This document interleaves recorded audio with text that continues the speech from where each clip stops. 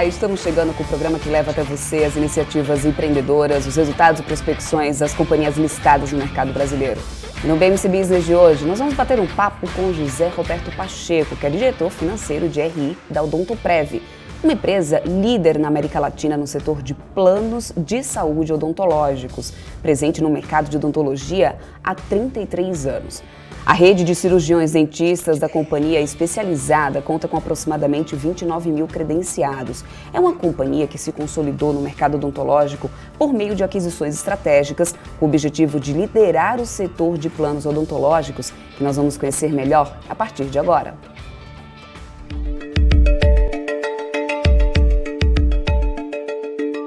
A Odontoprev é líder em planos odontológicos na América Latina, com mais de 7 milhões de beneficiários e com uma rede de cirurgiões dentistas especializada com aproximadamente 29 mil credenciados. A empresa foi fundada em 1987 por profissionais da área. Em 1998, investidores de private equity adquiriram o controle e se mantiveram na companhia até 2007. O que contribuiu significativamente para o posicionamento estratégico da Odontoprev como líder no mercado e para o desenvolvimento de práticas de governança corporativa para o setor de saúde no Brasil. Ao longo dos anos, a companhia adotou uma estratégia de expansão com fusões e aquisições de outras empresas. O modelo de negócios da Odontoprev é baseado na cobrança de mensalidade dos associados em contratos de médio e longo prazo. Dessa forma, a receita da companhia não sofre interferências sazonais relevantes, sendo que nos últimos 10 anos ela cresceu com os novos contratos firmados. A carteira de clientes da Odontoprev inclui várias empresas brasileiras e multinacionais de destaque, principalmente no setor financeiro, na indústria, na prestação de serviços, no comércio, assim como operadoras médicas com suas respectivas carteiras. A companhia é listada na B3 desde 2006 e tem prática de distribuição trimestral de resultados aos acionistas.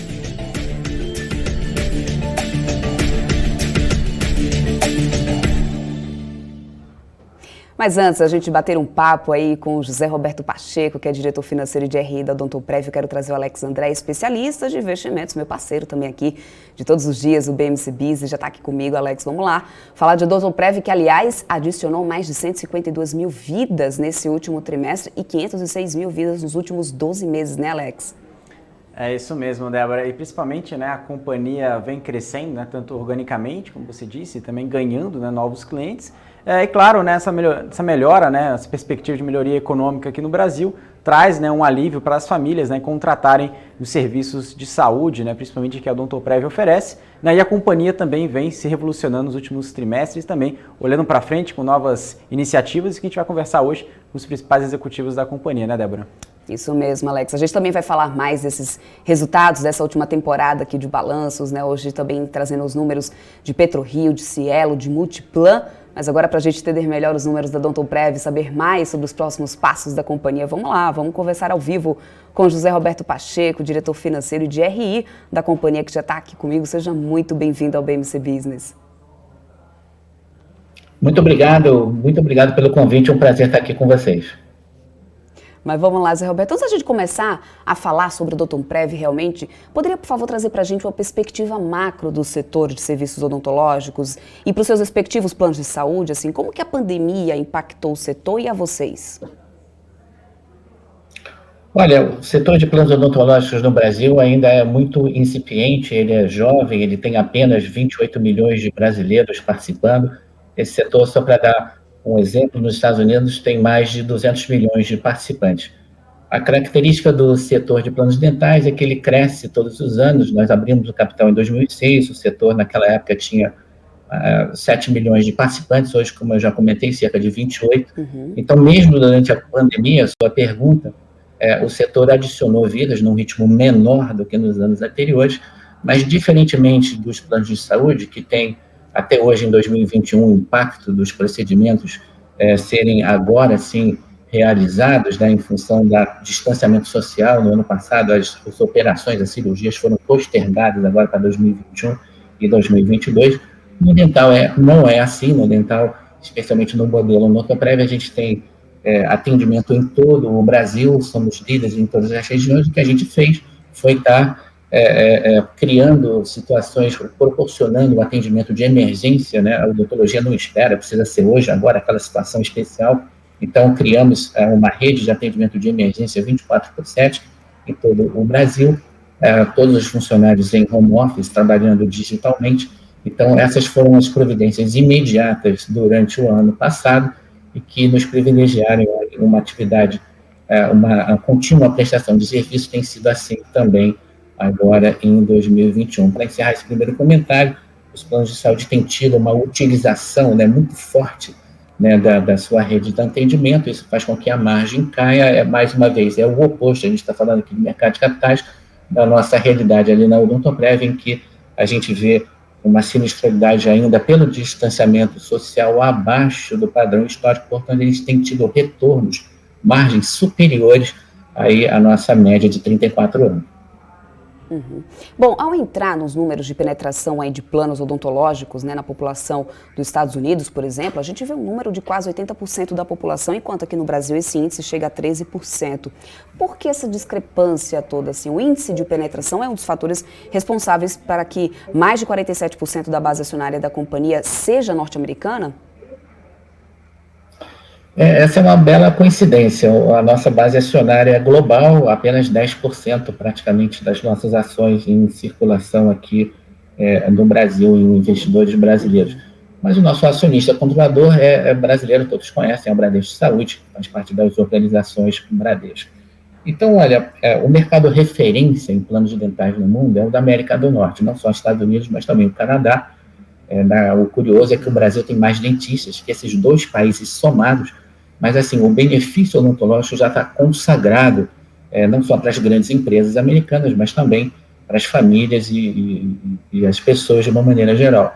Essa ainda não é a realidade brasileira. O benefício odontológico no Brasil ainda é mais conhecido das grandes corporações. O que a Odontoprev tem feito nos últimos anos? Ela tem sido pioneira em levar, pela primeira vez, os planos odontológicos de qualidade no Brasil inteiro para as pequenas e médias empresas, e também, mais recentemente, para os planos individuais. O interessante é que há muito mais gente empregada em pequenos negócios do que em grandes corporações. Portanto, o mercado potencial que a gente acredita e que tem crescido mais rápido na nossa carteira é o de pequenas e médias empresas, e também, recentemente, os planos individuais têm nos permitido aí um acesso muito interessante a consumidores, não apenas às grandes corporações. Esses são fatores de distribuição muito específicos e exclusivos, né, da companhia, faz com que a gente tenha tido aí uma performance em receita, também em rentabilidade muito diferente e, em particular, superior ao dos grandes concorrentes que temos. Uhum. Tem mais perguntas aqui para você, mas antes da gente começar, tem uma pergunta aqui que eu acho que é do Rafael Gobato, aqui que está assistindo a gente agora. Ele deixou aqui no nosso chat uma pergunta que eu acho que vai mais ou menos com o que a gente já está falando agora aqui. José Roberto, ele fala o seguinte: boa tarde, acredito que a Odontoprev tem uma demanda reprimida devido à pandemia. Minha análise está correta? Essa foi uma pergunta do Rafael Gobato. Ô, Rafael, boa tarde. Eu acho que não. Você está com a intuição certa no que diz respeito aos planos de saúde, aos planos de medicina. Na realidade, os procedimentos, né, na grande maioria dos hospitais no Brasil e no mundo, ele foi postergado, dada a prioridade no ano passado, claro, aos atendimentos dos pacientes em Covid. Então, essas cirurgias, especialmente as mais caras, estão voltando a ser feitas agora em 2021, certamente aí no início de 2022. Na odontologia, o modelo que nós seguimos é um modelo de atendimento e a gente cobre procedimentos de menor complexidade, muito direcionados à prevenção. O PREV de Odontoprev vem de prevenção, então nós somos extremamente focados à prevenção e estimulamos a frequência assídua, né, idealmente 2 vezes ao ano, aí a nossa rede credenciada, que atende aí em todo o Brasil. Então, assim, o que a gente está vendo agora, gradativamente, é uma retomada ao longo de 2021, deve se estender ao longo do início de 2022 também, para os níveis anteriores de frequência de atendimento, tá? Então, em essência, essa sua preocupação, ela é mais verdadeira nos planos de saúde, que aí sim, tem agora um atendimento de demanda reprimida muito expressivo, isso faz com que as margens caiam. Na Odontoprev, a gente permanece, como eu comentei antes, num ambiente ainda de distanciamento social, é a realidade brasileira do momento, todo mundo bastante precavido. Com isso, a gente está tendo uma frequência mais baixa do que os níveis históricos, então isso se traduz numa margem superior aí aos níveis históricos, tá? Agora, falando do modelo de negócios, né, da Odontoprev, o que permite a companhia aí ser líder no setor com maior receita, números de vida e também número 1 no ranking aí por região, quando comparada aí aos principais concorrentes? Eu acho que a palavra-chave aqui é foco, né? Nós só fazemos isso, né? A gente está absolutamente pensando em planos odontológicos. Na verdade, a gente tem o privilégio de liderar o setor há mais de 20 anos. O que faz da Odontoprev uma líder de mercado há tanto tempo não é apenas a escala, mas acho que o foco em tecnologia, nós temos uma plataforma proprietária de tecnologia em que, apenas para dar um número, pré-pandemia, eram mais de 20 mil procedimentos por dia sendo confirmados, checados, auditados, efetivamente monitorados por dentistas. É como se fossem dentistas monitorando dentistas. Isso visando a satisfação dos clientes, a garantia de qualidade máxima em todos os procedimentos no Brasil inteiro. Então, eu acho que esses padrões de excelência que a companhia tem, são mais de 400 planos registrados perante a Agência Nacional de Saúde, nos faz muito diferente de quem compete conosco. Quem compete conosco normalmente são grandes corporações destinadas a um outro negócio, normalmente planos de saúde ou mesmo seguros de vida, né? E a Odontoprev não, a Odontoprev ela é focada na odontologia, especialmente na odontologia de qualidade. Isso nos torna diferente, isso nos torna focados, e é por isso, entre outras razões, que a gente vem liderando há décadas, não só o setor de odontologia em escala, hoje são quase 8 milhões de brasileiros, né, dentro da nossa plataforma, mas também trazendo retorno para os nossos acionistas, que são mais de 72 mil, a grande maioria no Brasil em quantidade, mas é um número importante fora do Brasil, no tamanho das suas carteiras, né? São mais de 30 países que a gente tem orgulho em dividir com vocês, que tem hoje acionistas Odontoprev aí no mundo inteiro. Eu quero trazer agora aqui o José Roberto Alex André, que é meu parceiro aqui no BMC Business. Ele também tem perguntas aqui para você, Alex. Obrigado aí todo mundo, né, da Odontoprev. Obrigado, José Roberto, aí pela participação. A minha pergunta é mais trazendo a pauta, né, da sinistralidade, né, que permitiu a companhia manter aí uma sinistralidade baixa, né, em relação aos seus peers do mercado. E esse também é um patamar considerado como bom para vocês, ou vocês pretendem, né, alavancar esse indicador? Algum patamar aí pelo qual você planeja chegar, a companhia alcança, né, não falando de um guidance em si, mas com uma perspectiva ao longo dos próximos trimestres? Alex, muito obrigado aí pela sua pergunta. A sinistralidade, ela mede o custo de serviços, né, em relação à receita. Então, historicamente, né, nós abrimos o capital ali em 2006, a nossa média nesse período de 15 anos, se eu puder dizer, é de 45%. Ela é muito mais eficiente, por exemplo, que a média brasileira ali nos planos de saúde, entre 70% e 75%. Então, a gente tem um custo mais baixo que a grande maioria dos concorrentes, eu diria muito em função dos padrões de controle e excelência, né? A gente tem aqui em São Paulo toda uma central digital de controle de procedimentos que recebe imagens e raio-x aí do Brasil inteiro. Isso é exclusivo da companhia, os planos médicos não têm essa mesma diretriz. Então faz com que, né, Alex, a gente tenha aí no final da história um retorno muito interessante aí para os nossos acionistas, e a gente faz isso sem nenhuma necessidade de capital de giro. A empresa nunca teve dívida, né, em 34 anos de existência.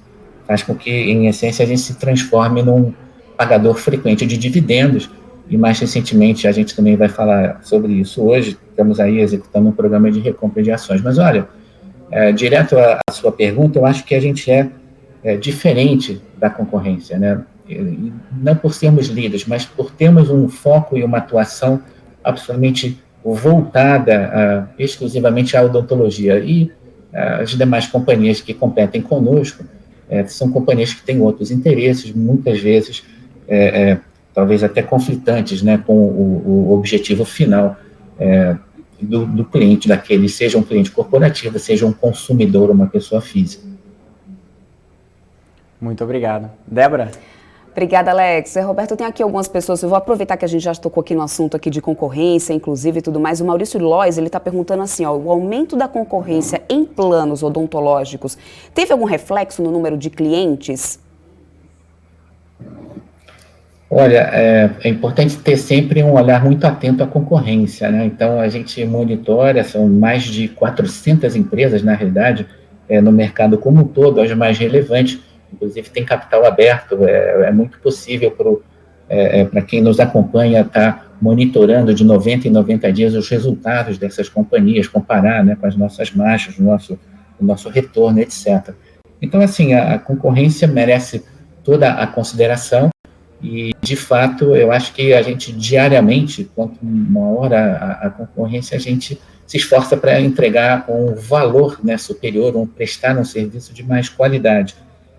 Eu acho que a gente tem tido algumas conquistas importantes, são cerca de 5,5 milhões de clientes de grandes empresas, eu acho que nos prestigiam, em média, com um contrato de cerca de 10 anos de duração, em alguns casos superior a 20 anos.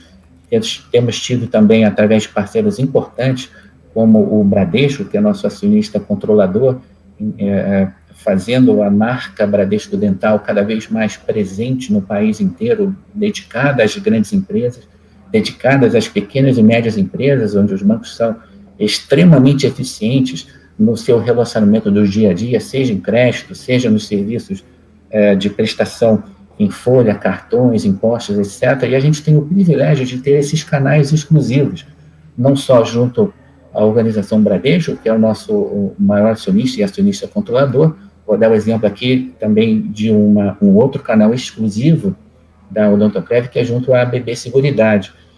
E através da marca BB Dental, nós temos exclusividade de distribuição dentro do sistema Banco do Brasil em todo o país. Então, olha, com muita honra, né, que a gente tem a satisfação de ter os 2 maiores canais de distribuição de seguros em plataformas financeiras, é o que nos enche aí de entusiasmo para estar continuamente inovando, levando mais uma vez os planos odontológicos pela primeira vez para as pequenas e médias empresas, abrindo novos canais de distribuição para consumidores, não aquela empresa tradicional, aquela grande empresa, mas também sendo protagonistas, né, em levar o benefício odontológico para consumidores, para famílias, e isso em marcas consagradas e líderes de mercado, como o Bradesco e o Banco do Brasil, parceiros da casa aí há bastante tempo.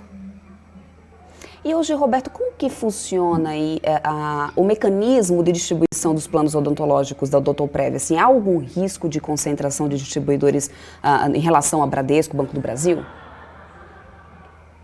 Olha, Débora, eu acho que a plataforma é muito grande, né? Então, vamos dar alguns exemplos aqui de como é que nós vendemos. Nas grandes empresas, nós temos uma equipe própria de vendas que atua, mais uma vez, nacionalmente. Lidamos também com vários grupos corretores, não só os nacionais, mas também e principalmente os multinacionais. Temos as duas grandes instituições financeiras trabalhando em exclusividade conosco, o Bradesco e Banco do Brasil. Nas pequenas e médias empresas, eu diria que os canais bancários, eles são absolutamente importantes, cerca de 90% da nossa carteira de pequenas e médias empresas, que já conta com mais de 1 milhão de clientes. Os canais bancários, eles são determinantes na conquista desse perfil de cliente. E, finalmente, quando a gente aborda consumidores, né, os chamados planos individuais, não só através, nós temos os corretores, nós temos as 2 casas bancárias que também nos apoiam, acordos com cadeias de varejo, algumas empresas abertas, né, no fundo, ao abordar no seu cartão de relacionamento somos nós, quando é oferecido o plano odontológico, algumas parcerias nós temos interessantes aí com lojas de departamento. E eu queria chamar a atenção aqui de quem nos acompanha para um vetor novo de crescimento, que é o vetor da internet. Então, a gente está sendo pioneiro em trazer o e-commerce, se eu puder dizer, para planos individuais, não só na plataforma da Odontoprev, mas também junto à marca Bradesco Dental, junto ao próprio Banco do Brasil. Então, as vendas digitais nos interessam muito. Eu acho que é é um vetor de crescimento novo, com grandes dificuldades, não na plataforma digital per si, tá? Concorrentes certamente terão acesso também, claro, a essa forma de distribuição, mas eu acho que o desafio aqui, né, Débora, é a forma de entrega. A grande maioria dos concorrentes que temos são concorrentes regionais, atuam em alguns poucos estados. A gente tem aqui a satisfação de dizer que nós cobrimos 100%, né, do território nacional, e aí com uma rede muito difícil de ser replicada, não só no atendimento, mais uma vez, das grandes empresas e nos grandes empregadores, mas também de famílias, pequenos negócios e até dos planos individuais. Isso ninguém faz. Perfeito. Eu quero trazer de volta aqui o Alex André. Ele tem mais perguntas aqui para você, Zé Roberto. Alex. Agora falando um pouco mais sobre planos, né? A gente viu aí os planos de PMEs, né? Pequenas e médias empresas individuais, né? Com crescimentos anuais compostos aí de 2 dígitos, né? Quais são as principais perspectivas, né, da companhia para esses dois segmentos, né? Atualmente representam 43% da receita líquida anual, né? E há perspectiva para que ganhe ainda mais, né, representatividade, considerando, né, que a receita massificada tem baixa competição e um crescimento acelerado? Alex, esse é um bom ponto. Voltando aí poucos anos atrás, ali em 2014, 75% da nossa receita vinha das grandes empresas, 25%, né, do que a gente chama de planos massificados, aqueles destinados às pequenas empresas e os planos individuais. Então, desse portfólio de 75-25 em 2014, hoje a gente tem um portfólio ali mais próximo do 60-40. Quer dizer, então, nós aumentamos a participação de pequenas e médias empresas no nosso portfólio, aumentamos também a participação dos planos individuais na nossa receita consolidada. A característica, né, Alex, desses dois segmentos de mercado é que, como as barreiras à entrada são superiores na distribuição, normalmente as empresas médicas, algumas delas sequer vendem planos individuais, então você não tem a venda cruzada. E na Odontoprev é um grande foco estratégico nosso, o atendimento não só às grandes contas, às grandes empregadores, mas também aos planos individuais, né? Então, os planos individuais, eles trazem um risco maior, o risco de cancelamento, o risco de descontinuidade do negócio, portanto, de seleção adversa, inadimplência, e através de diferenciais, especialmente de bancos de varejo, né, no fundo, acionistas nossos, a gente está mitigando, a gente está diminuindo esses riscos, portanto, sendo capazes de trazer um retorno superior à indústria. Então, esse é um movimento de inovação, de pioneirismo, de levar pela primeira vez planos de qualidade para aquele pequeno empresário, para aquele consumidor, fazendo isso através de marcas líderes de mercado. Não estou falando da nossa, estou falando dos acionistas que estão nos abrindo a porta de uma carteira de clientes muito grande, o tamanho da organização Bradesco, o tamanho da organização Banco do Brasil, e que contam com a plataforma Odontoprev para entregar serviços de qualidade, mais uma vez, em todo o território nacional. Acho que isso nos deixa aí bastante entusiasmados anos para frente. Muito obrigado, José. Débora? Obrigada, Alex. Eu quero trazer agora aqui uma pergunta do chat do nosso portal, Zé Roberto, do Marcelo Alves. Ele está perguntando o seguinte: como a Odontoprev está olhando para a concorrência? Como concorrer com essas clínicas odontológicas de baixo custo? Olha, Marcelo, obrigado aí pela pergunta. Nós somos voltados aos planos, né? Então, a nossa atividade é uma atividade formal e regular. O que há, claro, há todo um empreendimento aí no Brasil de clínicas independentes e, mais recentemente, nos últimos anos, aí mesmo o mercado de franquias. Esse não é o nosso mercado-alvo, não é uma atividade regulada pela mesma agência que nos regula, a Agência Nacional de Saúde. Então, enfim, eu acho que é uma decisão regional de cada consumidor. O que a gente pode colocar é que, enfim, os nossos planos são formais, existe toda uma garantia de qualidade com preços extremamente previsíveis e com padrões de excelência que eu acho muito difíceis de serem replicados e observados pontualmente, não é? Se você, enfim, não procura ter aquele seu plano formal e ter uma relação particular ali enfim, regionalmente.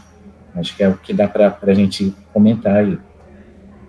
Perfeito, Zé Roberto. Agora falando um pouco do segmento corporativo, né? Esse que é altamente relacionado aí com o PIB, podemos esperar bons resultados para o fim do ano, visto aí uma melhora, né, de perspectiva de crescimento econômico? Ainda há espaço para crescimento nesse segmento? Olha, não só há espaço, como já houve, né, nesse primeiro semestre, o destaque do nosso crescimento foi o segmento corporativo, claro, é onde há maior competição e há, como você bem colocou, uma relação mais direta com o crescimento do Brasil. Eu acho que o consenso para esse ano e para o ano que vem, principalmente para o ano que vem, é da retomada do emprego. A retomada do emprego, para nós, é muito importante. Quer dizer, o novo trabalhador que chegou no mercado, ele pode ter o convite do seu empregador, né, para fazer parte, né, daquele plano que já está estabelecido. Então, a gente segue muito construtivo, muito otimista, não só pela força da distribuição da marca da companhia, dos parceiros, mais uma vez, Bradesco e Banco do Brasil. Nós fizemos uma aquisição recente de uma empresa que estava localizada apenas em alguns estados do Nordeste. Estamos trazendo um modelo, um produto complementar ao nosso portfólio aqui para o Sul e Sudeste. Já foi um produto mais acessível, um produto que nos permite chegar num outro perfil de cliente. Isso tem sido importante agora no ano de 2021. Eu acho que a mensagem que a gente gostaria de deixar aqui para 2022 é uma mensagem positiva, acreditando nessa retomada do emprego, os diferenciais, claro, da companhia de atingir não só, como você colocou, né, Débora, o mercado tradicional de grandes empresas. A gente tem, né, mais uma vez, mais de 5 milhões de clientes, né, vinculados a grandes corporações, mas também ali sendo, mais uma vez, pioneiro ali nas pequenas e médias empresas, nos planos individuais. Esse portfólio, a robustez desse portfólio e as diversas marcas e canais de distribuição da companhia são muito difíceis de serem replicados. Então, é isso que a gente queria dividir aqui com todos, no momento em que o setor de saúde ganha mais visibilidade, né, no mercado de capitais brasileiro, são aberturas de capital contínuas. A gente fica muito feliz aqui com a oportunidade que cada vez mais investidores têm, acionistas, pessoa física, sobretudo, de comparar os modelos de negócio, a trajetória, a governança, enfim, e as oportunidades aí que estão pela frente. Uhum. Agora, como que funcionam os custos de aquisição da companhia? Assim, quais são as principais contas, né, que englobam assim, esses custos e como que essas ficam, né, em sua divisão aí entre os segmentos? Olha, o nosso custo de aquisição basicamente é representado pelas comissões, né, que pagamos quando há algum tipo de intermediação até chegar num cliente final. Então, em média, essas comissões são de 6% no segmento corporativo, cerca de 12% no segmento de pequenas e médias empresas, e um cliente mais difícil de ser conquistado, o cliente individual, o consumidor. Esse, anteriormente, nós estávamos com comissões de até 25%, e que vocês notam, nos últimos anos, tem reduzido e se situam hoje abaixo de 20%.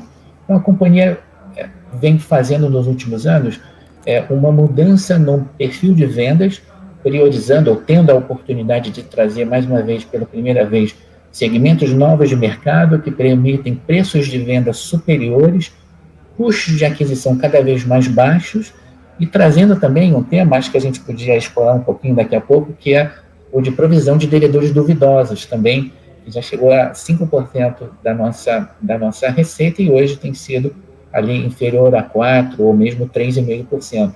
Isso é bem difícil de fazer, mas a gente, enfim, prossegue aí trabalhando e gerando aí margens bem diferenciadas ano após ano. Uhum. Na comparação anual, no segundo trimestre agora 2021, em comparação com o segundo trimestre de 2020, a gente viu uma evolução aí nas despesas administrativas da companhia, né? O que levou a esse aumento, assim, nesse momento? O que fez isso chegar nessa situação? Esse é um bom ponto, Débora. A gente tem que lembrar que um ano atrás, né, ali no segundo trimestre de 2020, o governo editou diversas medidas provisórias justamente ali nos primeiros meses da pandemia, especialmente relativas à legislação trabalhista, né? Então, foi possível adotar uma série de medidas, né, no sentido de preservar os empregos, né? Quando a gente faz a comparação das despesas do segundo TRI de 21 com relação ao segundo TRI de 20, é evidente que não é uma comparação tão justa, né, de maçã com maçã, porque são realidades diferentes. Mas eu diria que olhando num período maior, olhando num período talvez de 5 anos, a gente tem tido diluição de despesas, tá, Débora, em relação às receitas. E é isso que a gente acredita estar desenvolvendo nos próximos anos em função de tecnologia. Esse ano a gente está triplicando os investimentos em tecnologia, implantando sistemas de grande porte na companhia, robotizando uma série de processos. Isso faz com que aí, a gente tenha, de fato, ganhos de eficiência que serão duradouros, serão recorrentes, tá? Então, a gente está aqui, sim, passando uma mensagem otimista aí com relação à diluição de despesas, especialmente as administrativas, para os próximos exercícios. Uhum. Agora, falando de PDD, né, provisão de devedores duvidosos, a companhia reportou números em quedas ascendentes, né, o que levou a companhia a companhia a atingir tal patamar? Essa é uma métrica muito interessante de acompanhar mesmo, porque o negócio de planos odontológicos tem um PDD nas grandes contas muito baixinho, porque é um benefício corporativo, né, que é colocado em tickets modestos e em contratos que normalmente têm uma longa duração. Quanto mais a companhia é pioneira em trazer o pequeno empresário sofreu logo após a pandemia, né? Muitas empresas não mais existem, elas fecharam as portas ali no segundo trimestre. Isso gera, inicialmente, um provisionamento. Naturalmente, quando a gente lida com consumidores e não com pessoas jurídicas, esse risco de inadimplência cresce mais. Então, a gente tem sido muito cauteloso, e não sem razão, as carteiras patrocinadas nos canais bancários têm sido as mais relevantes, né, no crescimento ali da receita dos planos individuais. É isso que tem sido, Débora, a principal razão para que o provisionamento, né, o nível de PDD tenha sido menor se a gente compara aí os 4, 3, 2 últimos anos. Então, a cautela da companhia, os canais bancários sendo cada vez mais relevantes na nossa plataforma de vendas, e eles são extremamente mais eficientes do que os tradicionais canais de varejo que utilizávamos 10, 15 anos atrás. É isso que faz com que a gente tenha também, né, comentei anteriormente, o fato da gente ter um custo de aquisição cada vez menor no tempo, mas também um nível de PDD que tem sido mais eficiente, né, ano após ano. Hoje, José Roberto, a companhia possui aí um patamar de estrutura de capital muito saudável, né? A companhia busca diversas maneiras, né, de entregar valor aí aos seus acionistas, sejam por meio de recompra de ações ou também pelo pagamento trimestral de dividendos, como você já bem citou aqui no início da nossa conversa, né? Como que segue essa visão de vocês para esse tema? Então, esse é um tema importante, né? Vamos dar uma palavrinha sobre ele.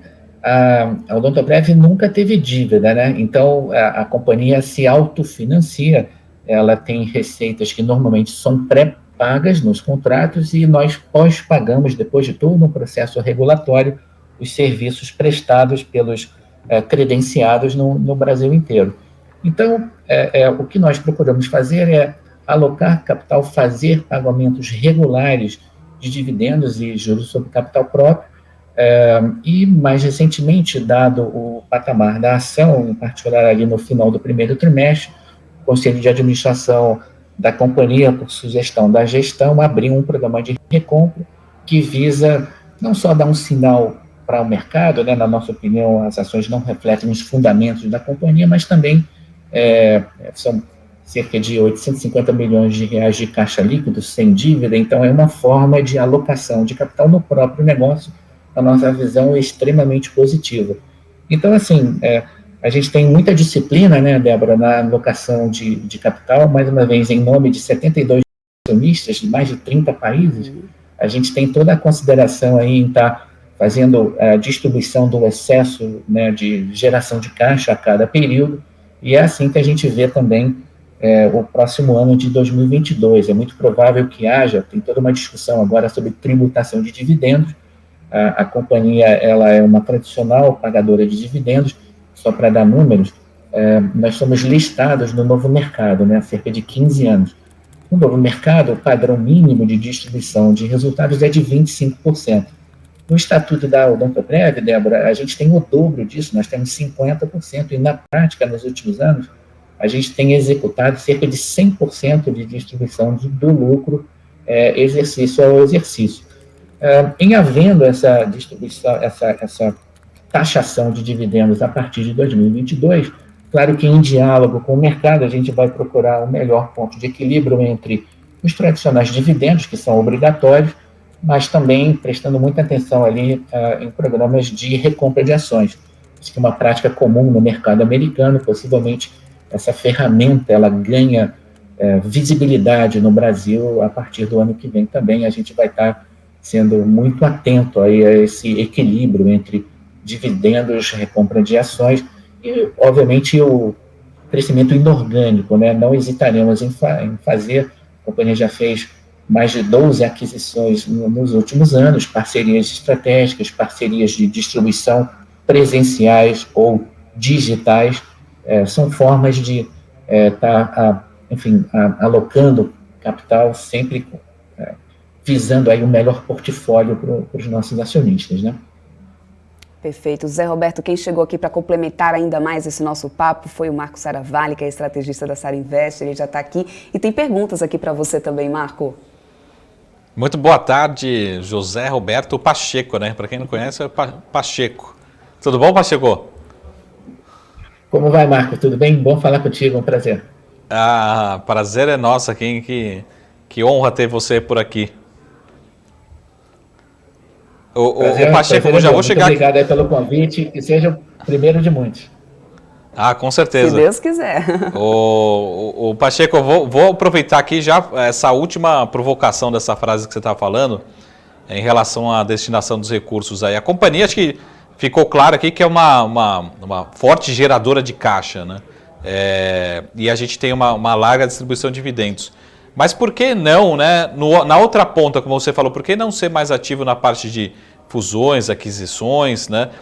Tem algum momento, tem algum alvo, não só em aquisições, de repente, não só no foco de vocês, né? No caso de Odonto, mas sempre acho que você deve receber essa pergunta, de repente ir para outro segmento, enfim. A gente poderia ver, vocês têm essa ambição, têm essa possibilidade, né? Já que a companhia tem uma geração de caixa muito robusta e tem também como você falou, também tem um histórico, né, de M&As bastante ativo, né? Então, Marco, acho que é muito bom dividir com todos, né, essa visão focada da companhia, né? Nós somos absolutamente focados ali na cadeia de valor odontológico, não limitado a planos, mas temos também uma empresa, uma software house, dentro do setor dental. Na verdade, a parte pequena da nossa receita vem de fora do Brasil, então nós não somos limitados ao Brasil. A gente também presta atenção em atividades como materiais odontológicos, em que também isso é um diferencial para a nossa rede credenciada de mais de 30 mil profissionais aí de norte a sul. Então, assim, não hesitaremos em fazer uma excelente aquisição, independente do tamanho, sem nenhuma arrogância aqui. Eu acho que a companhia tem estrutura de capital e acesso a mercado se e quando houver um movimento estratégico importante. Então, assim, eu acho que a gente está aberto, sim, a novas frentes de distribuição, mantendo esse foco da companhia no dental, mas trabalhando em conjunto com grandes empresas de saúde, por exemplo. A gente tem alguns contratos, não apenas a relação societária com a Bradesco Saúde, mas temos também uma aliança de mais de 10 anos com uma das principais Unimed, se não a principal em padrões de excelência, que é a Unimed de Belo Horizonte, uma empresa referência no mercado mineiro. Poderíamos ter outras, as alianças digitais. Acho que o e-commerce está chegando à saúde, a gente já está, fazendo progressos relevantes. Então, eu acho que a veia de inovação, mas focada na cadeia de valor odontológica, pode nos levar aí a múltiplas plataformas de distribuição no Brasil, um pouquinho já fora do Brasil, e sempre com aquela disciplina de alocação em que o acionista nosso pode ter aquela certeza de que a gente faz em nome dele. Quer dizer, a gente sabe exatamente, né, os padrões de excelência que são esperados e os retornos que são esperados também dentro do nosso modelo, e o nosso mandato é esse, de executar da melhor maneira possível essa confiança aí, de novo, de mais de 72 mil acionistas. 72 mil é na conta do mês passado, é possível que a gente agora esteja conquistando mais gente, que só aumenta a nossa responsabilidade aqui, né, Marco? Sim. Ô Pacheco, Débora, não sei se eu posso fazer mais uma pergunta aqui, mas... Sim, você pode sempre, Saravalli. Só para fazer um resumo, né? Vocês já divulgaram os resultados do segundo trimestre, mas se você pode já dar alguma sinalização, a gente já passou o mês de julho, né? Já estamos, incrível que pareça, já estamos no mês 8, né? Mas uma sinalização do que deve ser o terceiro trimestre, segundo semestre. A gente tem uma recuperação da geração de empregos, a gente tem uma reabertura econômica, a gente sabe que também a companhia tem uma certa relação também com a atividade econômica local, né?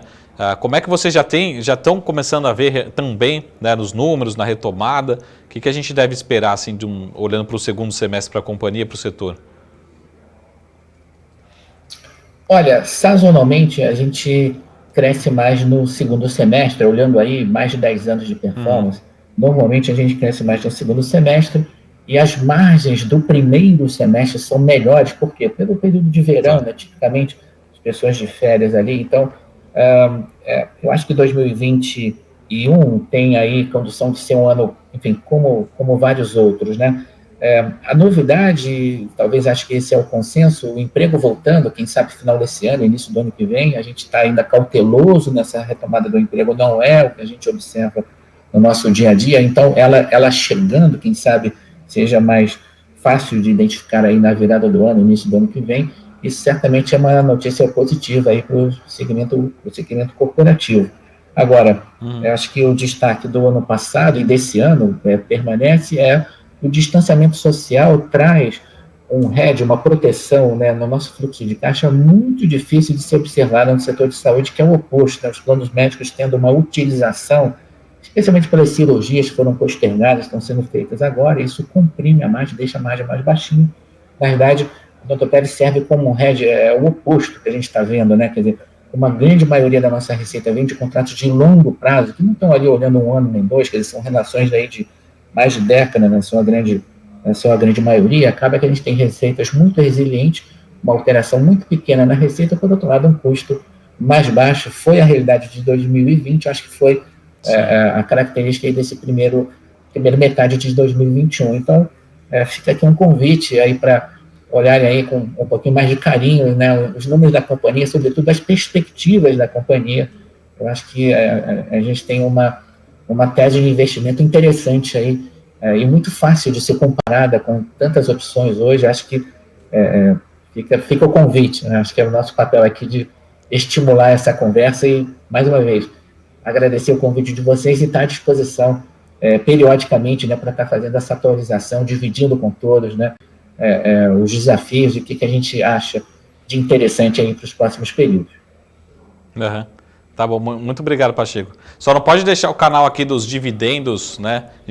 Lógico que a gente vai acompanhar, a gente vai cobrar também, mas também como investidor acionista também a gente vai cobrar dos dividendos, né? Já que tem essa geração de caixa e a política também da companhia. Mas brincadeiras à parte, o Pacheco, muito prazer, obrigado pelo tempo, pela disponibilidade. Débora, obrigado pela oportunidade aqui. Maravilha, Marco. Também obrigado, Marco. Grande abraço, obrigado.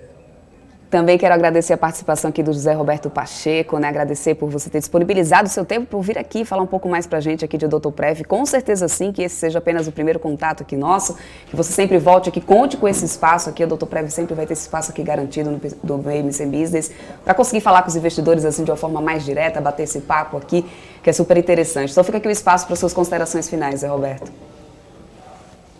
Queria agradecer o convite, um prazer grande estar aqui com vocês. Somos uma companhia absolutamente aberta, não só por ser pública, mas também por estar em diálogo constante aqui com investidores que, mais uma vez, são mais de 72 mil hoje. Prazer grande, até a próxima, até lá.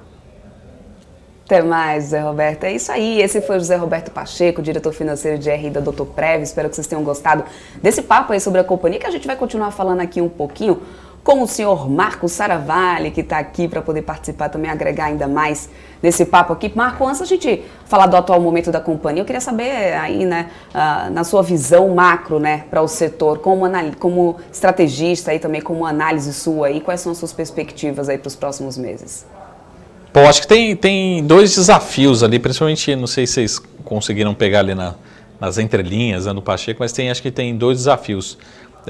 Acho que é o lado positivo, né? Assim, como qualquer outra companhia que tem alguma dose de relação com o emprego, sofreu no ano passado, né? A gente teve realmente, naturalmente, como é que funciona? A gente tem os planos odontológicos, eles têm uma relação muito grande com o emprego. Então, a gente teve o desemprego, a gente teve também essa redução aí de pessoas utilizando serviços ou acessando toda essa parte odontológica. Então, acho que na medida que a gente tem a recuperação dos empregos, principalmente empregos formais, naturalmente a gente tem um potencial de receita maior para a companhia, seja novos, né, usuários, como também um ticket médio talvez melhorando. Mas, ao mesmo tempo, que pode trazer alguma preocupação em relação à previsibilidade ou comportamento das margens, né? Já que, ao mesmo tempo, aqui pegando um desafio que eu falei hoje de manhã, né, nessa parte de cosméticos, de beleza, enfim, eu acho que naturalmente as pessoas vão utilizar mais serviço, né? Já que muitas vezes você paga ali uma mensalidade, você tem um contrato de longo prazo, e as pessoas utilizando mais os serviços, isso pode ser mais custo para o Odontoprev, pode trazer uma pressão para as margens. Então, a companhia pode crescer, esse talvez seja o meu cenário base. Um bom segundo semestre, um bom ano de 2022, com crescimento ao longo dos próximos 12 meses, 18 meses, mas ao mesmo tempo talvez uma pressão maior no curto prazo em relação ao comportamento de margem. Isso que a gente pode ver. Se a companhia conseguir crescer aumentando a escala e aumentando a rentabilidade, talvez seja o melhor momento. Até como ele falou, eles têm um programa de recompra de ações, eles têm um patamar reconhecidamente descontado do ativo, é um ativo que não está muito no radar dos investidores, é uma boa pagadora de dividendos, né? Distribui muito lucro, tem um payout muito grande, ou seja, grande parte do lucro retorna para os investidores através de dividendos. Acho que é um papel para deixar no radar. Mas, ao mesmo tempo, a minha preocupação é como deve se comportar essa margem, essa rentabilidade ao longo desse segundo semestre. Mas, com certeza, deve ser um segundo semestre bem melhor do que foi 2020, do que foi o primeiro semestre, né? Deve ser um semestre de crescimento nas receitas, e agora a gente precisa ver como é que vai ser na margem, a rentabilidade da companhia, né? Marco, e como que você tem visto aí o programa de recompra de ações da companhia? Na tua opinião, a empresa está descontada, assim, a ponto de maximizar aí os lucros dos seus acionistas, utilizando aí o método de recompra? É uma das formas, o investidor não costuma colocar isso na conta, mas é uma das formas do investidor também ter seu capital retornado, né? Ou seja, ter um retorno sobre esse capital investido. Tem que colocar na conta, não só o dividendo recebido, o juros sobre capital e também as recompras. Como a companhia gera muito caixa, né, o próprio Pacheco falou, eles têm uma estrutura de capital muito confortável, é natural eles fazerem esse programa de recompras, até para sinalizar para o mercado, né, o quanto o papel, segundo a opinião deles, né, a companhia está sinalizando isso, de que na visão deles o papel está muito descontado. Então acho que é muito saudável e acho que também o Pacheco deixou um pouquinho ali numa interpretação que caso seja necessário, né, de realizar outros programas de recompras, eles vão fazer. A companhia gera muito caixa operacional, tem investimentos baixos, né, investimentos mais de manutenção, e caso seja necessário, eles vão fazer outros programas de recompra. Então, é muito bem-vindo, é muito bem visto pelo mercado, e como o Pacheco falou, né, deixou ali no ar, poderemos ver outros programas. Mas acho que a companhia é uma boa pagadora de dividendos, né, só nisso já tem um payout muito elevado. Além das recompras, isso pode ser um grande atrativo para o investidor que visa, né, uma renda mais passiva, um retorno de longo prazo. Eu acho que é uma boa sinalização da companhia, né, esses programas de recompra, e a Odontoprev tem uma certa recorrência em abrir esses programas, não só dividendos, como programa de recompra. Marco, e só para a gente finalizar aqui, colocando em perspectiva os principais meios de distribuição, né, dos seus planos odontológicos da Odontoprev, você enxerga algum risco de concentração nos canais de distribuição da companhia? Não, a companhia tem uma diversificação saudável, tem muito espaço para crescer. Na verdade, o segmento odonto ainda no Brasil como um todo tem muito espaço para crescer. E assim, o lado positivo, ao mesmo tempo, são dois lados, duas visões da mesma moeda, é um ticket médio muito baixo, né? Então, ao mesmo tempo, você pode, de certa forma, criar a possibilidade de novos concorrentes, né? Mas, ao mesmo tempo, um mercado gigante para ser explorado. Eles são líderes do mercado, são muito bons, são reconhecidamente muito bons, tem muito espaço para crescer, mas, ao mesmo tempo, principalmente o brasileiro como um todo não tem essa cultura. É alguma coisa que você não consegue mudar da noite para o dia, né? Em 6 meses, 1 ano. Você muda talvez de uma geração para geração. Então, no Brasil, a gente tem muito a necessidade, a obrigatoriedade, vamos dizer assim, do plano de saúde, ali na parte de saúde, mas de odonto não necessariamente. As pessoas às vezes acabam utilizando muito conjuntamente, mas você não tem isoladamente ali o uso do odonto. Então é um mercado que precisa realmente mudar a cultura, tem muito espaço para crescer, mas a dúvida é em relação a essa velocidade dessa penetração, né? Não só os canais, mas quanto que a população brasileira vai utilizar e cada vez mais criar essa cultura também de ter um plano odontológico, como por exemplo a Odontoprev, né? Então, realmente tem muito espaço, mas a companhia precisa focar mais nessa distribuição para crescer. Esse acho que é o grande desafio. Qual que vai ser essa velocidade e quanto vai ser essa penetração na população, principalmente do Brasil aqui, né? Perfeito, é isso aí. Obrigada, Marcos Saravalho, você é mais do que bem-vindo sempre aqui, deixando essa sua visão aqui para o pessoal. Então, fica aqui suas considerações finais para quem está assistindo a gente sobre o Odontoprev. Eu acho que é um case bom, né, que deve recuperar, principalmente por conta da recuperação econômica local, depende muito da atividade, está relacionado muito com a atividade econômica, e pode ser um bom case aí para quem visa também a distribuição de dividendos, né? Então, para quem está procurando renda passiva, um case talvez, ele está um pouco mais volátil, mas olhar para o business, ele não é um business tão volátil assim, é um business mais previsível do que outros vários business listados, negócios, né, empresas listadas na Bolsa. Eu acho que vale a pena fazer a lição de casa. Tem um segundo semestre bom de crescimento, mas a dúvida fica por conta a incerteza em relação ao comportamento das margens nesse segundo semestre, tá? Mas vale a pena fazer a lição de casa e entender um pouco mais do negócio, né? Perfeito, é isso aí. Obrigada, Marcos Saravalho. Até uma próxima. Obrigado, até a próxima. Essa foi a participação do Marcos Saravalho, estrategista aqui da Sara Invest, ajudando a gente a levar para você informação que gera valor para os seus investimentos. Agora a gente vai à temporada de balanços. Vamos falar dos números desse trimestre da Cielo, né, Alex? Que reverteu o prejuízo registrado aí um ano antes, né? Lucrou mais de 180 milhões nesse segundo trimestre, né, Alex? Mas apesar dessa melhora aí sequencial nesse último balanço, o Banco City ainda está mencionando uma preocupação aí com essa tendência de longo prazo. Explica aí pra gente, Alex.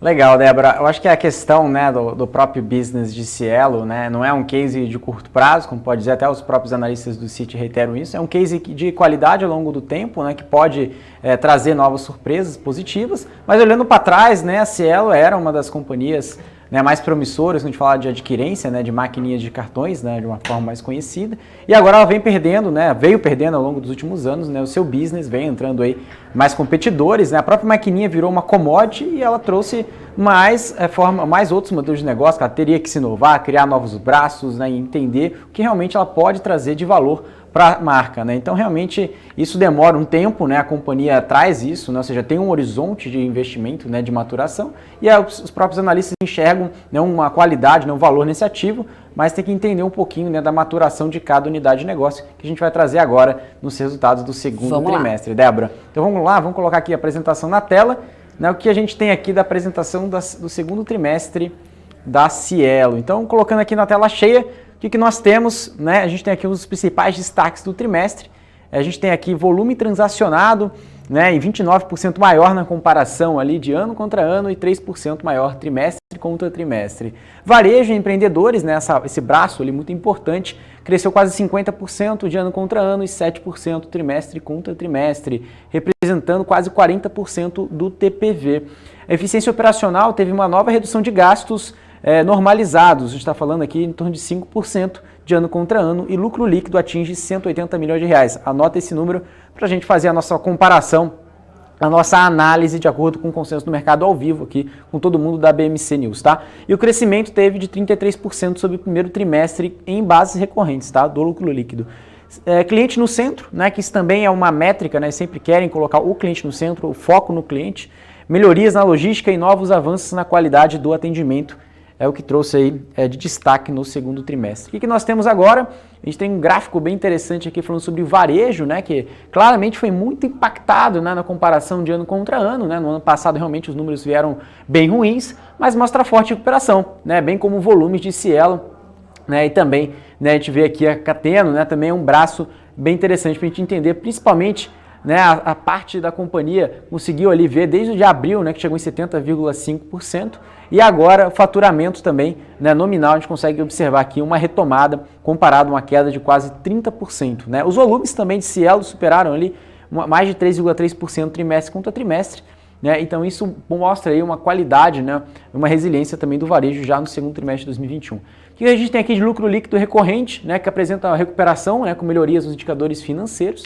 A gente tem aqui a Cateno, né, que representa 70% da Cielo, né, que 70% pertencente a Cielo. Cielo Brasil, né, também ali a gente está falando de maiores números de Cielo Brasil, 113,3 milhões de reais. E no total a gente tem outras controladas que tiveram ali um prejuízo de 28,9, mais uma alta de 32,8 no consolidado, tá? Então o que a gente tem aqui de indicadores de base recorrente, né, no primeiro trimestre de 2021 e o segundo trimestre de 2021, né, trimestre contra trimestre.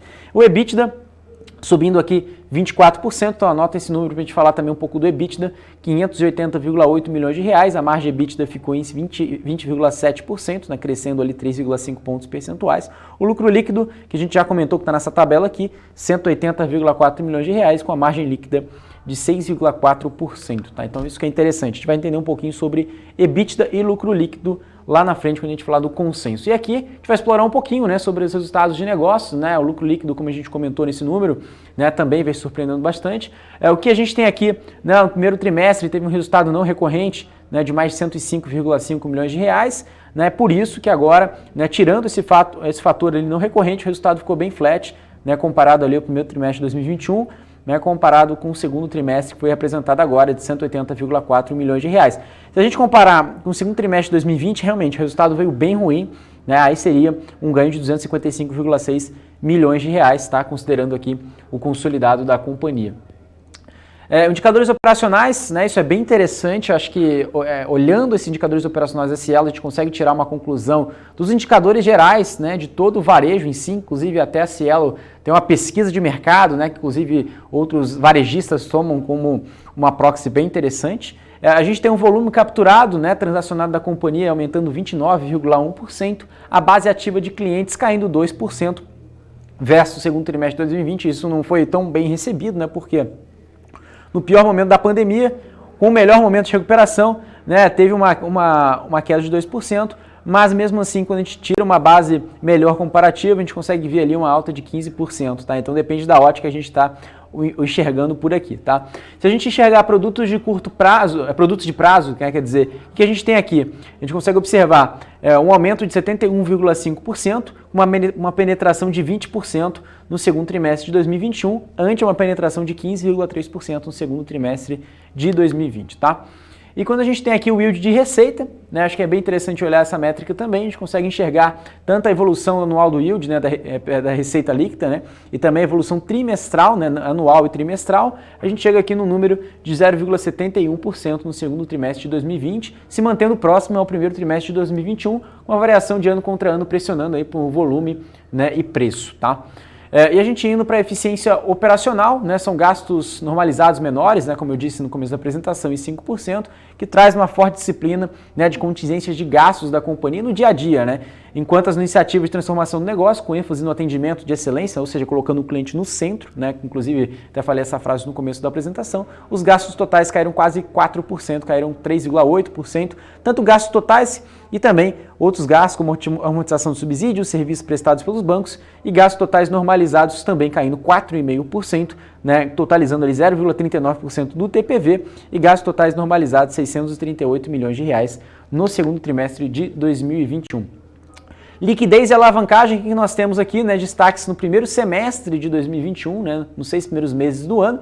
A gente tem aqui novos FDICs para expansão de produtos de prazo e crédito, né, então a gente tem aqui algumas linhas de crédito, a companhia vem aumentando a liquidez através de emissões, né, movimentos estratégicos. O endividamento da companhia, né, teve uma posição de caixa, né, que a gente tem aqui 11,96 bilhões de reais, E quando a gente compara aqui a dívida, né, ou seja, a gente consegue entender que essa dívida engloba 2021, 2022 e 2023. Então, a companhia tem um pouco mais de 11,9 bilhões de reais, que engloba principalmente ali os 3 anos para frente, né, de toda a dívida da companhia. Então, ou seja, a companhia está muito bem equacionada justamente por essas novas emissões que também a companhia fez, basicamente para também aumentar seu prazo médio de endividamento, né, em relação aqui no primeiro semestre, né, em 25 meses versus 16 meses, ou seja, a companhia alongando sua dívida e diminuindo também o seu custo médio da dívida. Tá? A gente está falando desse destaque aqui de 7,2 bilhões de reais que a companhia vem rolando, né, ou seja, vem melhorando o perfil da dívida. E por último, a gente tem aqui estratégia de curto prazo, né? A companhia vem mantendo aqui uma logística muito eficiente,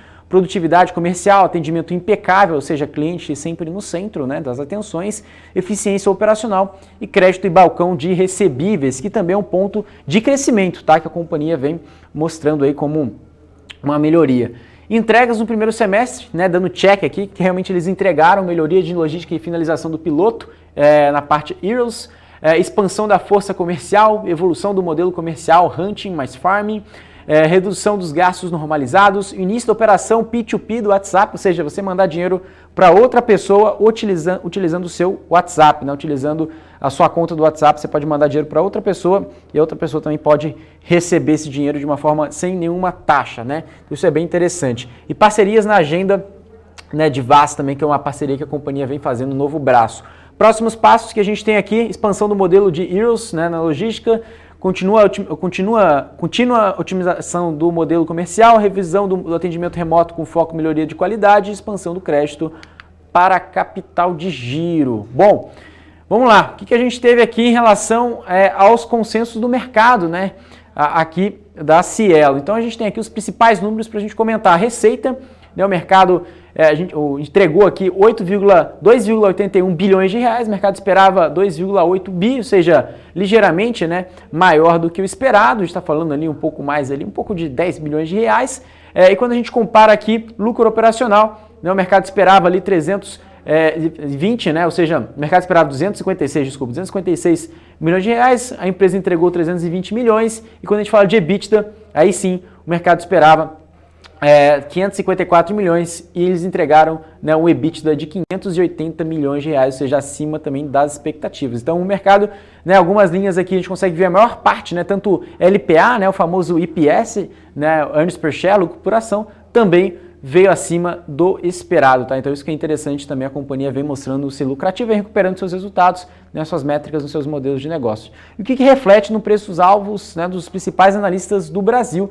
A gente tem aqui 12,5% dos analistas recomendando compra, somente 2 analistas recomendando compra, 10 analistas, são 62,5% de todos os analistas aqui recomendando manter e 25% dos analistas, 4 analistas recomendando venda das ações. Tá? Então a gente tem aqui Banco BTG colocando neutro a R$ 4,20, Morgan Stanley também colocando neutro a R$ 4,00, BBI também neutro a R$ 3,90, Credit Suisse neutro também a R$ 4,80, inclusive a gente fala aqui de Banco Safra também deu neutro a R$ 5,00 e quem deu venda também que a gente tem aqui para ver nessa tabela, Goldman Sachs deu venda a R$ 3,30, que a gente tem aqui um buy aqui, né, que é o HSBC dando compra a R$ 5,00. Então são essas recomendações dos principais analistas do Brasil, Débora, sobre, né, as ações da Cielo.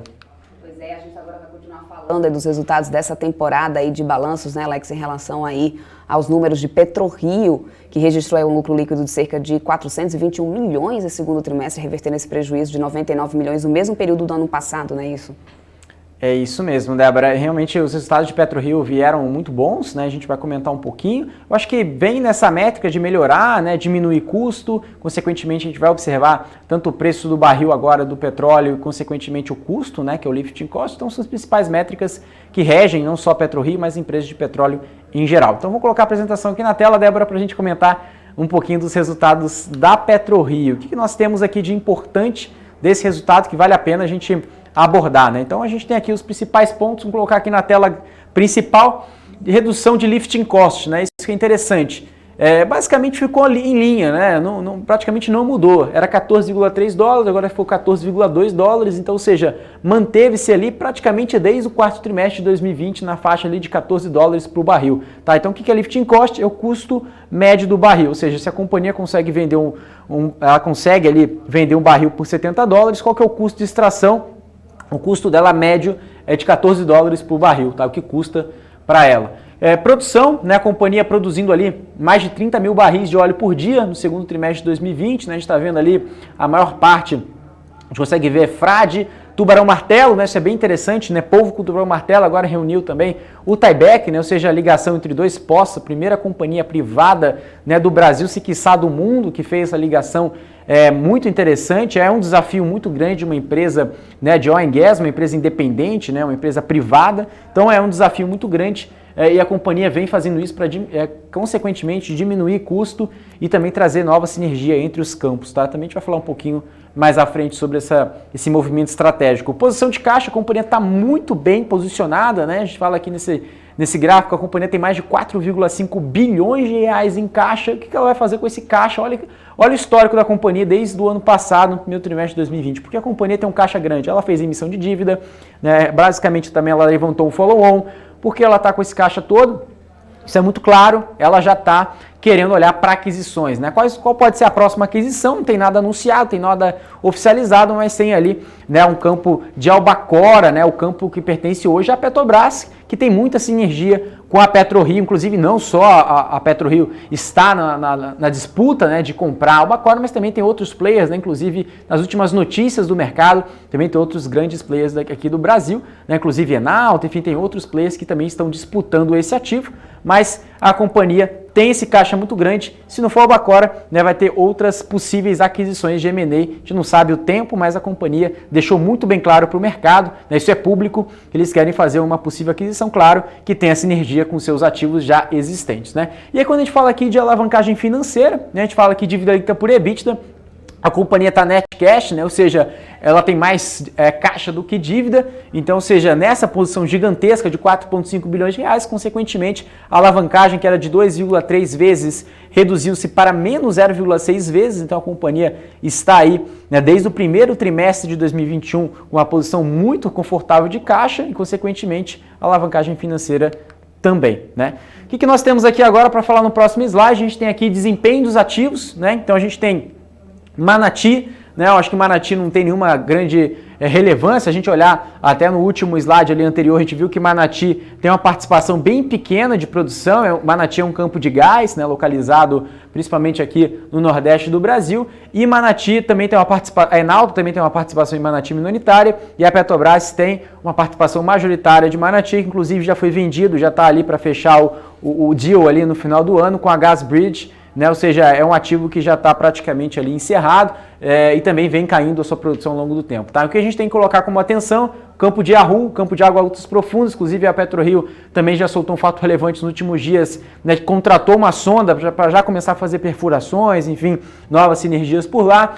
Campo de Frade também, que está bem ali sinérgico com Yahoo, e campo de Polvo com o Tubarão Martelo, que fez ali a ligação entre os dois poços, que é a famosa tieback que a gente sempre comenta. Tá? Então a gente comentando aqui tanto em relação à produção, né, os off-takes e lifting cost, a gente consegue ver aqui, né, a média aqui do lifting cost, né, caindo ali 0,3%, comparando com o segundo trimestre de 2021 com o primeiro trimestre de 2020. E quando a gente consegue ver aqui a questão de produção, aumentou a produção em polvo em 10%, caiu a produção de Tubarão Martelo em 14%, Manati ali 5%, e Campo de Frade ficou praticamente estável com uma queda de 1%, mas no total da PetroRio ficou praticamente no 0 a 0, 0,3%, ou seja, não teve nenhuma grande novidade quando a gente fala aqui de destaque dos ativos, principalmente o destaque ali que a gente coloca, né, como a companhia trouxe aqui nesse grifado, né, aumento de 33% na produção ano contra ano, aí sim, e 2,8 milhões de barris vendidos, tá? Esse é o principal ponto que a companhia coloca.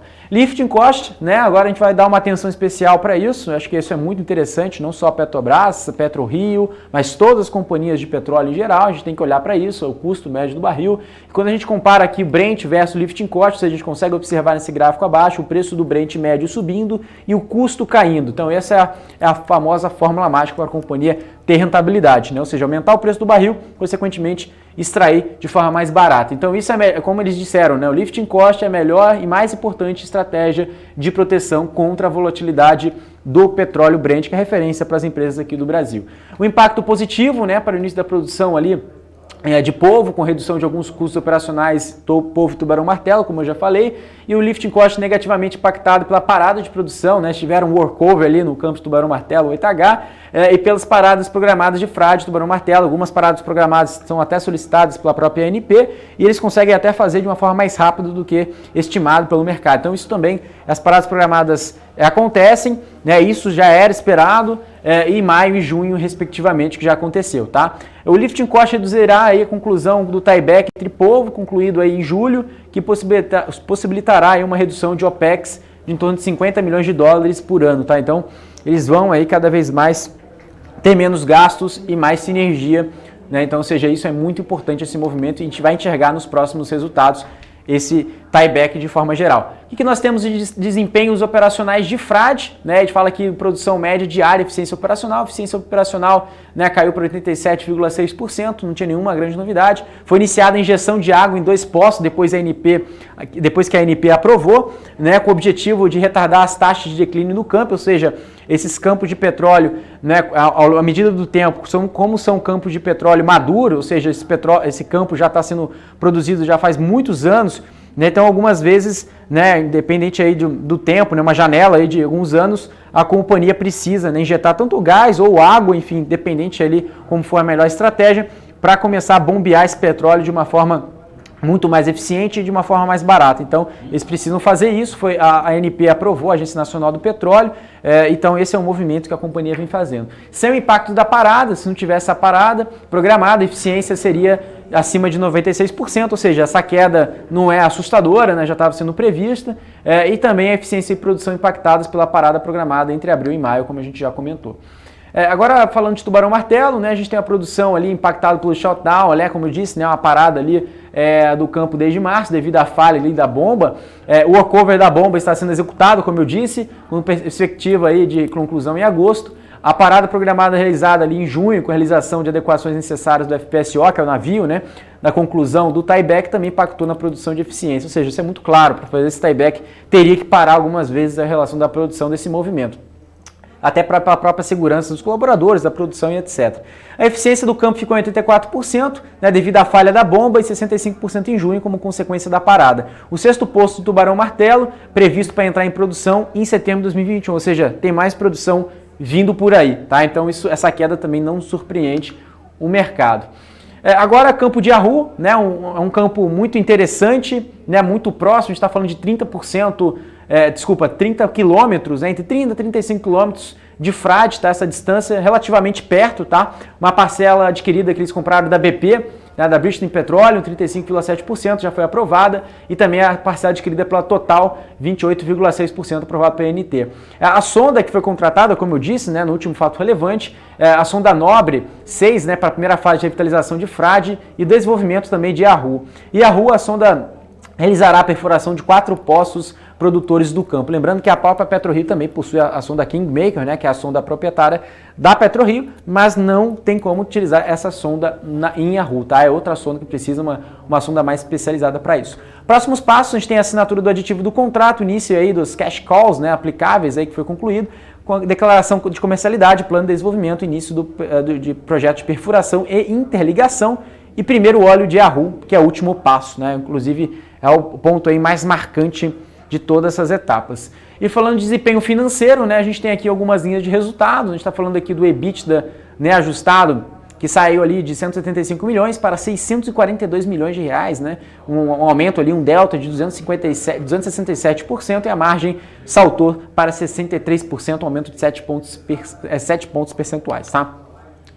O que a gente tem aqui de funding, né, acho que a gente já estava comentando antes, posição de caixa 4,5 bi, a companhia tem uma dívida de 467 milhões de reais, né, em menos de 12 meses, ou seja, Olha que interessante, né? A companhia mantém aí em notas representativas das dívidas emitidas de junho de 2021 no mercado internacional, 600 milhões de dólares arrecadados com vencimento de 5 anos e uma taxa de 6,12% ao ano, e o objetivo é pagamento de dívidas com taxas mais altas e melhora da estrutura de capital. Não só a PetroRio está fazendo isso, a gente observou até com a Cielo, né? O que está acontecendo com esse mercado de capitais? Cada vez mais que o mercado de capitais, né, o mercado de dívida também fica muito mais atrativo, a própria companhia ela vem, né, também juntamente trazendo, né, cada vez mais dívida mais saudável, ou seja, dívida com uma taxa menor, com prazo maior, então isso melhora também o balanço da companhia para fazer mesmo aquisições estratégicas, aumento de portfólio, é isso porque ela está com a posição de caixa muito grande, 4,5 bi. E olha que interessante essa curva de dívida, o custo da dívida, né, esse custo de capital de giro. Olha que interessante, a companhia saiu de 5,69% do custo médio da dívida para 3,45%, isso que eu falei. A companhia vem emitindo dívida e vem diminuindo o seu custo e aumentando o seu prazo, tá? Então isso que é a finalidade não só da companhia, mas na maioria das companhias da Bolsa a gente vai conseguir observar esse movimento, tá? Com o mercado de capitais, o mercado de dívida mais atrativo. Então a companhia tem ali uma variação do caixa líquido, 210 milhões de caixa líquido. A gente consegue observar ali um capital de giro principalmente afetado pelo aumento de contas a receber, com a concentração de vendas do último mês do trimestre, um CAPEX, né, investimentos com tieback entre os campos de polvo, tubarão martelo, perfuração do poço de polvo e melhorias na sonda Kingmaker, como disse a própria sonda da PetroRio, e com gasto de manutenção em geral. Despesas financeiras, gastos com taxas de emissão do bonde, juros e outros, tá? A alavancagem, como a gente já comentou anteriormente, eu acho que é um ponto que eu vou falar rapidinho, de novo, né, a companhia está net cash, né, ou seja, mais caixa do que dívida, mantendo-se ali, né, lembrando ali de um patamar de 2018, depois ela se alavancou, mas não, nada de preocupante, ali o máximo que ficou no primeiro trimestre de 2020, 2,3, em 2019 3,3, depois diminuiu ali, agora está net cash, tá? Então esse é o principal ponto. E agora para a gente falar dos números da PetroRio, né, que nós temos aqui, a companhia, né, reportou uma receita de 1 bilhão de reais, né, 1 bi 023 milhões de reais, então o estimado do mercado é exatamente o mesmo, então veio dentro do esperado. O que nós temos aqui de EBITDA, né, a companhia teve um EBITDA maior que o esperado, o mercado esperava 695 milhões, a companhia fez ali 725 milhões de EBITDA, e o lucro líquido, o mercado esperava 421 milhões, a companhia entregou 420,94, ou seja, igualzinho, ou seja, receita e lucro, o mercado acertou na mosca, e EBITDA, né, a companhia surpreendeu o mercado, então não tem nenhuma grande novidade de PetroRio, tá? Inclusive até os resultados operacionais. E aí, quando a gente fala aqui de preço-alvo, a gente tem aqui os principais analistas, 71% dos analistas recomendando compra, 28% dos analistas recomendando manter e nenhum analista recomendando venda das ações. A gente tem o Santander recomendando compra a R$ 21,00, Morgan Stanley a R$ 22,50, Bradesco BBI também Outperform a R$ 25,00, temos BTG Pactual também a R$ 23,00, Itaú BBA a R$ 22,00, Ativa Investimentos dando neutro a R$ 22,00 e também temos Eleven a R$ 22,60, são recomendações mais antigas, lembrando que a atual vem de cima para baixo, tá? Ou seja, a última recomendação, Grupo Santander, Morgan Stanley e Bradesco BBI, Débora. Então, ou seja, são os principais analistas para as ações da PetroRio. Maravilha, Alex. E novamente a gente vai ficar devendo Multiplan, porque senão o Rafael Lara e a Hanna Beltrão não vão perdoar a gente por pegar esse tempo aí amanhã do a gente passa Multiplan Então amanhã frente. Multiplan vai ser na frente para que vocês não fiquem aí, né, que a gente não fique em dívida aí com os resultados dessa companhia também, que a gente inclusive já trouxe aqui com mais detalhes no BMC Business, a gente já conversou aqui bastante com o Hans aqui ao vivo, né, vocês que queiram conhecer um pouco mais do case, é só procurar aqui na nossa playlist, né, Alex? Mas hoje a gente vai ficando por aqui. É isso aí. Se quiser saber um pouquinho sobre a Multiplan, tem tudo gravado lá no nosso portal, né, bmcnews.com.br e também, claro, nossas redes sociais. Débora, eu quero despedir, mandar um grande abraço para você, para toda a nossa equipe, agradecer vocês que estão sempre nos assistindo e deixar um convite, né, que sempre ali entre 6 e 6 e meia, né, eu estou junto com o grande Rafael Lara para a nossa live de fechamento de mercado, de uma forma bem descontraída, e espero todos vocês lá para a gente bater um papo e também falar do fechamento de mercado. Tá bom, Débora? Grande abraço. Para você também, Alex, um ótimo restinho de dia para você. Lembrando que você também pode continuar acompanhando não só a live fechamento do mercado, mas também as notícias do mercado nas redes sociais da BMC, lá no nosso Instagram, como o Alex falou, @bmc.news, além do nosso portal, que está no ar aí com notícias sendo atualizadas minuto a minuto, com tudo que está acontecendo no mercado nacional e internacional, porque só aqui na BMC você tem informação que gera valor. Eu, Débora Oliveira, vou ficando por aqui, mas você continua na nossa programação com a Hanna Beltrão e o Rafael Lara no BMC Now e as últimas notícias no mercado. Obrigada pela tua audiência. Tchau, tchau.